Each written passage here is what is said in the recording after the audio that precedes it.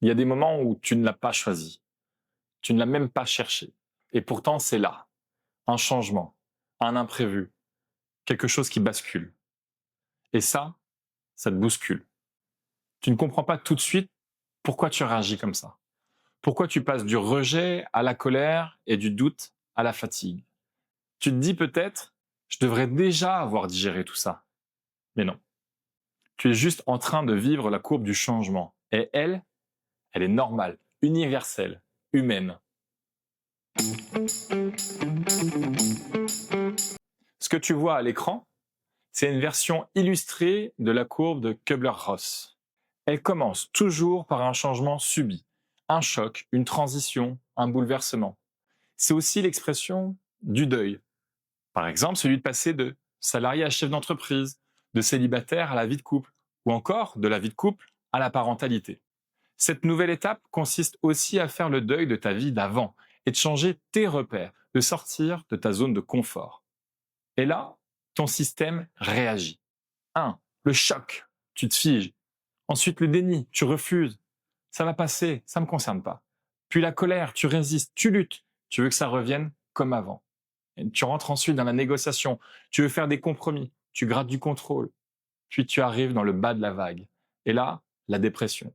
Tu fatigues, tu doutes, tu n'as plus d'élan. Et ensuite vient le temps de l'acceptation. Tu acceptes enfin de lâcher prise. Puis tu expérimentes, tu testes, tu décides. Et finalement, tu avances. Et un jour, tu intègres, tout simplement. Pas parce que tout est réglé, mais parce que tu t'es ajusté. Prenons plusieurs exemples. Un père me disait récemment, mon job, il a changé sans que je le veuille. J'ai mis des semaines à l'admettre. J'étais bloqué, dans la colère. Aujourd'hui, je découvre que c'était pas une fin en soi, mais tout simplement une transition.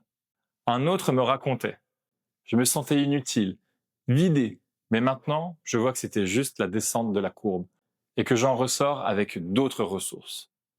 Ce que les hommes ont compris, c'est qu'il faut arrêter de croire qu'on échoue quand on se sent mal.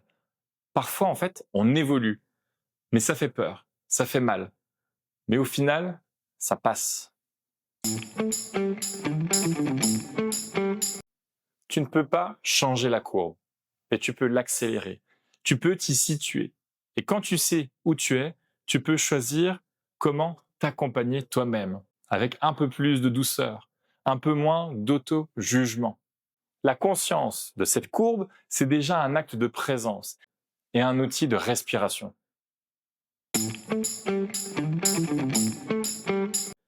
Je te donne un objectif aujourd'hui, celui de mettre de la clarté dans ton vécu du moment.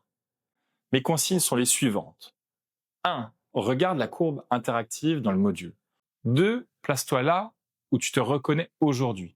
Et 3. Note ce que tu ressens, ce que tu aurais besoin d'entendre ou de recevoir et ce que tu décides pour cette semaine, même s'il s'agit d'une petite décision. Et tu peux poster « Aujourd'hui, je suis dans la phase de et voilà ce que je choisis de m'offrir ».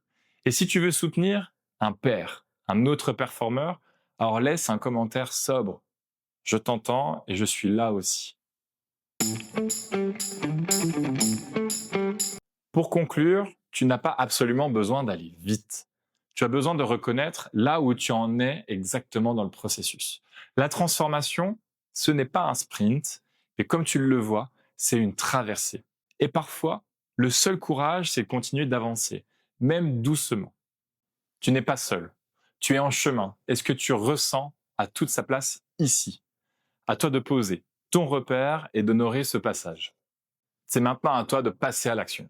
Et si c'est difficile, si tu passes par une période complexe actuellement, appuie-toi sur la communauté. Et si tu veux aller encore plus loin et avoir une vraie relation de proximité, alors choisis un de nos coachs pour t'accompagner dans cette transition. Maintenant, c'est à toi de jouer. Go!